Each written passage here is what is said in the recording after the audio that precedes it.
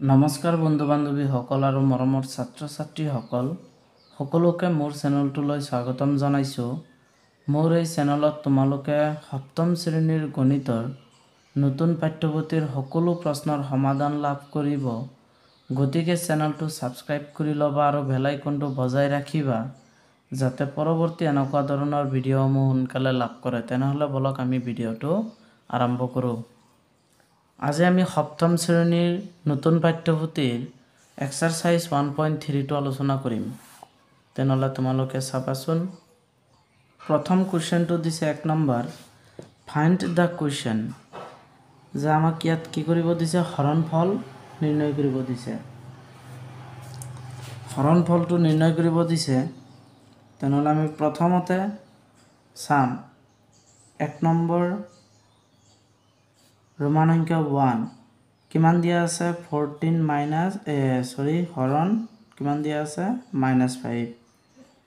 তেনেহ'লে প্ৰথমতে এটা কথা মন কৰিবা, ইয়াৰো কিছুমান নিয়ম আছে। তোমালোকক মই আগৰ ভিডিঅ'টোত মই ধুনীয়াকৈ বুজাই দিছিলোঁ পূৰণৰ ক্ষেত্ৰত। এতিয়া হৰণৰ ক্ষেত্ৰতো তেনেকুৱা কিছু নিয়ম আছে, যে ক্ৰম বিনিময় বিধি, সহযোগ বিধি, এইবিলাক অলপ তোমালোকে চাই ল'বা। এতিয়া আমি চাওঁ, প্ৰথমতে ইয়াতে কিমান আছে, 14 লিখিবা। এই হৰণ থাকিলে পূৰণ কৰিবা, ঠিক আছে। পূৰণ কৰিলে ইয়াৰ তলত একো নাই, মানে মনে মনে কি আছে, তলত 1 আছে। 1 থাকিলে ইয়াতে হৰণ আছিল, পূৰণ কৰিলে ইয়াৰ মানটো ওলটি যায়। তেনেহ'লে ওপৰত ইয়াৰ তলৰ মানটো ওপৰত গুচি গৈছে, 1 আছিল আৰু এইটো -5 আছে, -5। তেনেহ'লে আমি কি পাম, 1 14 গুণ 14 হ'ব, 14 হ'ল। আৰু ইয়াৰ তলত একো নাই, মানে মনে মনে 1 আছে। 1 -5 গুণ -5। এতিয়া -5টো 14ৰ ভিতৰত কেইবাৰ যাব, তেনেহ'লে 5 যাব। 14ৰ ভিতৰত কেইবাৰ, 2 বাৰ যাব। এইটো মাইনাছ আছে, মাইনাছটো দি লওঁ, এইটো 2 বাৰ যাব। তাৰপিছত থাকিল কিমান, 10 হ'ল, 4 থাকিল, দশমিক নাযায়। 40ত কেইবাৰ যাব, 8 বাৰ যাব। -2.8 এইটোৰ এনচাৰ, ঠিক আছে। 2 নম্বৰটো চোৱা, -60 হৰণ 10। তেনেহ'লে কি হ'ব, -16 হৰণ 10, -60 এই হৰণ আছে, পূৰণ কৰিবা। পূৰণ কৰিলে ইয়াৰ মানটো ওলটি যায়, তলত 10 ওপৰত 1। তাৰপিছত 1 60 গুণ -60টো লিখিবা ইয়াতে, তলত 1 10 গুণ 10। তেনেহ'লে 10 যাব, 60ৰ ভিতৰত 6 বাৰ, এইটো মাইনাছ আছে, -6 এনচাৰ।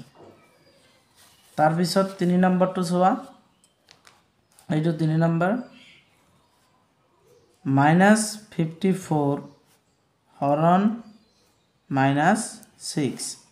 তেনেহ'লে চাম আমি, -54 এই হৰণ আছে, পূৰণ কৰিবা। পূৰণ কৰিলে ইয়াৰ মানটো ওলটি যায়, ওপৰত 1 হ'ব, তলত -6 হ'ব।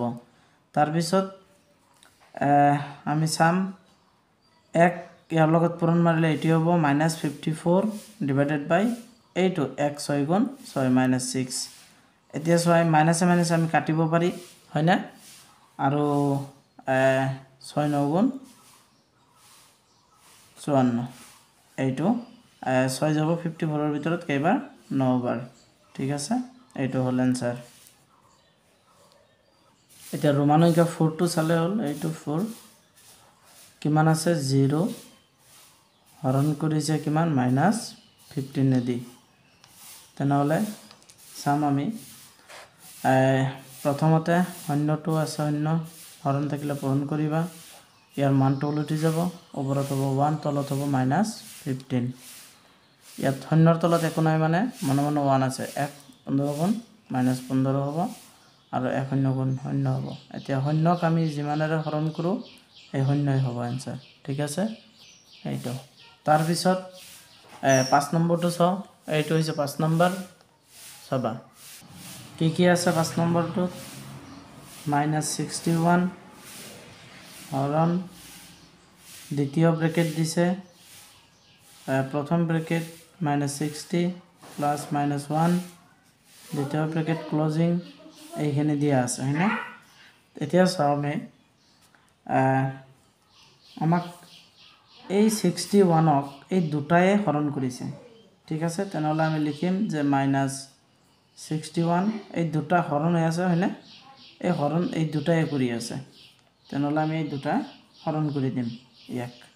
কিমান -60 আৰু কিমান +-1 এই দুটায়ে ইয়াক হৰণ কৰিছে প্ৰথমতে চাবা ওপৰত -61 তলত কিমান আছে -60 এইটো প্লাসে মাইনাসে কি হ'ব -1 তেনেহলে কিমান হ'ব চাও আমি মাইনাসে মাইনাসে কি হৈ যাব প্লাস দুটা মাইনাস আছে এটা মাইনাস এতিয়া 61 ওপৰতো -61 এইটো আমি কাটিব পাৰিম এই 61 এৰ ভিতৰত একবাৰ যাব এইটো आंसर 1 হৈছে এতিয়া আমি চাও 6 নম্বৰটো চাবা এইটো 6 নম্বৰ কি আছে প্ৰথমতে দিছে দ্বিতীয় ব্ৰেকেট -72 হৰণ কৰিছে কিমান -60 হৰণ -3 এইখিনিৰে এতিয়া ইয়াত আমি কি পালো যে তিনিওটাই হৰণ হৈ আছে হয়নে তেনেহলে তিনিওটাই হৰণ হৈ থাকিলে আমি প্ৰথমতে হৰণটো পাতিলো এই দুটা হৰণ হৈ আছে এইটো 72 -6 এৰে হৰণ হৈ আছে এইটো আমি হৰণ পাতিলো -6 এৰে আকৌ হৰণ হৈ আছে কিমান -3 ৰে তেনেহলে আমি এইটো কি কৰিম প্ৰথমতে এই মাইনাসে মাইনাসে আমি কাটিব পাৰি আৰু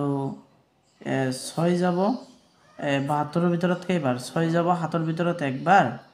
আৰু ইয়াত থাকিল 1 12 হল 12 যাব দুইবাৰ 12 বাৰ তেনেহলে আমি आंसर পালো 12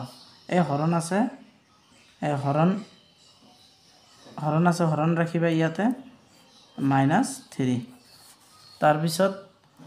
এতিয়া আমি 12 হৰণ কৰি দিম কিমানেৰে -3 ৰে তেনেহলে 3 যাব 12 এৰ ভিতৰত 4 বাৰ মাইনাস আছে -4 आंसर হৈছে এতিয়া আৰু নাই এতিয়া 2 নম্বৰটো চাও আমি 2 নম্বৰ চাবা 2 নম্বৰৰ খালি ঠাইখিনি কৰিব এতিয়া আমি 2 নম্বৰৰ ৰোমান সংখ্যা 1 কি আছে প্ৰথমতে -600 হৰণ কৰিছে কিমানেৰে 25 এৰে ইকুৱেল টু কিমান হ'ব তেনে প্ৰথমতে চোৱা 125 কেইবাৰ 100 হৈছে 25 4 বাৰ তেনেহলে 600 4 6 24 ঠিক আছে ইয়াতে 6 আছে 100 যদি 4 বাৰ হয় তেনেহলে 600 কেইবাৰ 24 বাৰ এইটো মাইনাস আছে -24 आंसर এইটো এক নম্বৰটো এতিয়া 2 নম্বৰটো চাবা ৰোমান সংখ্যা 2 দ্বিতীয় ব্ৰেকেট দিছে প্ৰথম ব্ৰেকেট -4 * 18 হৰণ কৰিছে কিমান ডেজ ইকুৱেল টু ঠিক আছে ইয়াতে 12 আছে তেনেহলে আমাৰ ইয়াতে -4 * 18 এটো প্ৰথমতে আমি কি কৰিম পূৰণ কৰিম তেনেহলে 4 এটা 32 32 ৰ 2 হাতত থাকিল কিমান 3 4 1 গুণ 4 আৰু 3 কিমান হ'ব 7 হ'ব এইটো মাইনাস আছে -72 হৰণ কৰিছে ইয়াত কিমান হলে ইয়াতে মানে ইকুৱেল টু 12 হ'ব তেনেহলে এইটো প্ৰথমতে ভাবিব লাগিব যে 72 12 কেইবাৰ যাব 6 বাৰ যাব হয়নে এইটো মাইনাস আছে ইয়াতে মাইনাস আছে আৰু ইয়াত -6 যেতিয়া আমি দিম তেতিয়া মাইনাসে মাইনাসে কি হৈ যাব প্লাস হৈ যাব আৰু 6 যাব 72 এৰ ভিতৰ 12 বাৰ এইটো +12 ঠিক আছে এতিয়া আমি 3 নম্বৰ খালিটো চাম 3 নম্বৰটো প্ৰথমতে খালি দি কিনে হৰণ দি কিনে কিমান লিখিছে 5 - 6 ইকুৱেল টু -20 আছে ঠিক আছে এইখিনি এতিয়া প্ৰথমতে চাবা ইয়াতে কিমান বহালে ইয়াতে কিমান বহালে এই হৰণ আছে হৰণ 5ৰ পৰা 6 গ'লে কি হ'ব -1 হ'ব ইকুৱেল টু -20 হয় ইয়াতে কিমান বহালে এতিয়া -20 হ'ব কথাটো এইটো তেনেহ'লে আমি ইয়াত যদি 20 দিওঁ যে 20ত 1 কেইবাৰ যাব 20 বাৰ যাব এই মাইনাস আছে মাইনাস হৈ গ'ল এইটো আনসাৰ তাৰ পিছত খালি ঠাই 4 নম্বৰটো চোৱা 4 নম্বৰ -123 হৰণ কৰিছে -1 এৰে ইকুৱেল টু খালি ঠাই কিমান হ'ব তেনেহ'লে একেবাৰে ইজি হয় হয়নে মাইনাসে মাইনাসে কি হৈ যাব কেনসেল কাটিব পাৰি আমি কেনসেল হ'ব এই 1 যাব 123 ৰ ভিতৰত 123 বাৰ হৈ গ'ল আনসাৰ এটা এতিয়া 3 নম্বৰ কোৱেশ্চনটো তাহা 3 নম্বৰ এটা চোৱা 3 নম্বৰ কোৱেশ্চনটোত কিন্তু পৰীক্ষাত খুবেই ইম্পৰ্টেন্ট 3 নম্বৰ কোৱেশ্চন বিলাক দি থাকে 3 নম্বৰৰ ৰোমান সংখ্যা 2 যেটো আছে এটো কিন্তু মোস্ট ইম্পৰ্টেন্ট প্ৰায় পৰীক্ষাত দি থাকে তোমালোকে চাবা এটো ভালকে 3 নম্বৰৰ সলিউশন ৰোমান সংখ্যা 1 আমাক কি কৈছে if a হৰণ -7 is equal to 8 then find the value of integers a আমাক কৈছে যে a হৰণ -7 is equal to 8 হয় তেনেহলে a অখণ্ড সংখ্যাৰ মান কিমান তেনেহলে আমাৰ লাগে কি a লাগে a is equal to কিমান আছে 8 এইটো হৰণ আছে ইফালে আহিলে কি হ'ব পূৰণ হৈ যাব কি আছে -7 তেনেহলে a is equal to কিমান হ'ব 8 সাথে কিমান হ'ব 56 এইটো মাইনাস আছে -56 এর মান -56 এইটো এতিয়া আমি চাম 3 নম্বৰটো চাম 3 নম্বৰৰ ৰোমান সংখ্যা 2 চাম ঠিক আছে ইয়াতে কৈছে if যদি 125 হৰণ b is equal to -5 then find the value of integers b এই আগৰটোৰ দৰেই যদি 125 হৰণ b is equal to -5 হয় তেনেহলে b অখণ্ড সংখ্যাৰ মান কিমান তেনেহলে আমি প্ৰথমতে এটো পাতি লও যে 125 হৰণ b is equal to -5 এইটোৰ মানটো কিমান হ'ব তেনেহলে চাবা আমাৰ লাগে কি b লাগে হয়নে তো প্ৰথমতে আমাৰ এইটো হৰণ থকাটো পূৰণ কৰি লম আমি চাবা